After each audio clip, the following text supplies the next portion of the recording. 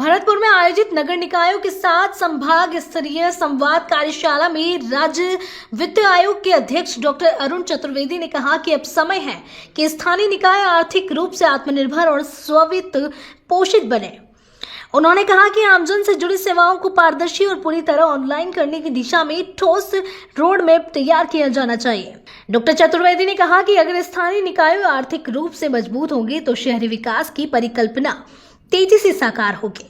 इससे लोगों को सड़कों, नालियों, रोशनी, पार्कों और सफाई जैसी मूलभूत सुविधाओं में सुधार मिलेगा। इसमें हम कह सकते हैं कि अलग अलग जो निकल के आए कि लोगों ने कहा कि भविष्य की कार्य योजना बनाने के लिए सब संस्थाओं को आय बढ़ाने में अपना एक साधन निकल करके आए।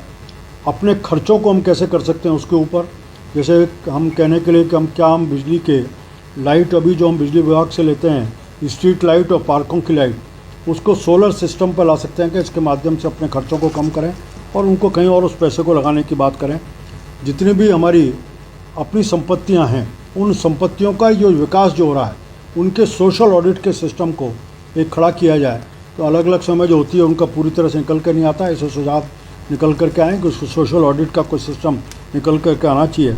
वंदे मातरम के 150 वर्ष पूर्ण होने के अवसर पर आबकारी विभाग के सभागार में सोमवार को एक विशेष कार्यक्रम आयोजित किया गया। इस दौरान देशभक्ति, स्वदेशी और राष्ट्रीय एकता की भावना को मजबूत करने का संकल्प लिया गया। आबकारी आयुक्त श्री शिव प्रसाद नकाते ने अपने संदेश में कहा कि वंदे मातरम देश की आत्मा है। स्वतंत्रता संग्राम में इस राष्ट्रगीत ने देशवासियों में जोश और एकता का संचार किया था।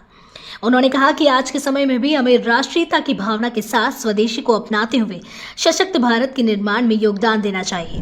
दिल्ली में लाल किले के पास कार में हुए बम धमाकों के बाद पूरा राजस्थान हाई अलर्ट मोड पर आ गया है। सुरक्षा एजेंसियों ने राज्य भर में चौकसी बढ़ा दी है। अजमेर में सूफी संत ख्वाजा गरीब नवाज की दरगाह के बाहर हथियार बंद आरएसी के जवानों को तैनात किया गया है। दरगाह में आने जाने वाले श्रद्धालुओं की सघन जांच की जा रही है। इसी तरह अजमेर रेलवे स्टेशन पर भी सुरक्षा कड़ी कर दी गई है। जीआरपी और आरपीएफ पुलिस ने संयुक्त रूप से चेकिंग अभियान चलाया। यात्रियों के सामान और संदिग्ध व्यक्तियों की जांच डॉग स्क्वाड और मेटल डिटेक्टर की मदद से की जा रही है। दिल्ली ब्लास्ट को देखते हुए हमारे पीएचक्यू से आदेश है कि रेलवे स्टेशन पे सघन सुरक्षा व्यवस्था चेकिंग अभियान चलाया जाए।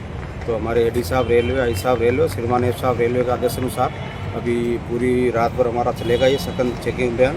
प्लेटफॉर्म पे कर रहे हैं, यात्रियों को अलर्ट कर रहे हैं। पार्किंग एरिया में जो भी व्हीकल्स आ रहे हैं उनके साथ में हमारे जीआरपी का स्टाफ प्लस आरपीएफ के डीएससी साहब श्रीमान के नेतृत्व में पूरा आरपीएफ का स्टाफ है, डॉग स्क्वाड है। सघनता से पूरा गहनता से चेकिंग की जा रही, बिल्कुल अलर्ट है और बिल्कुल सभी यात्री सुरक्षित रहे, ये हमारी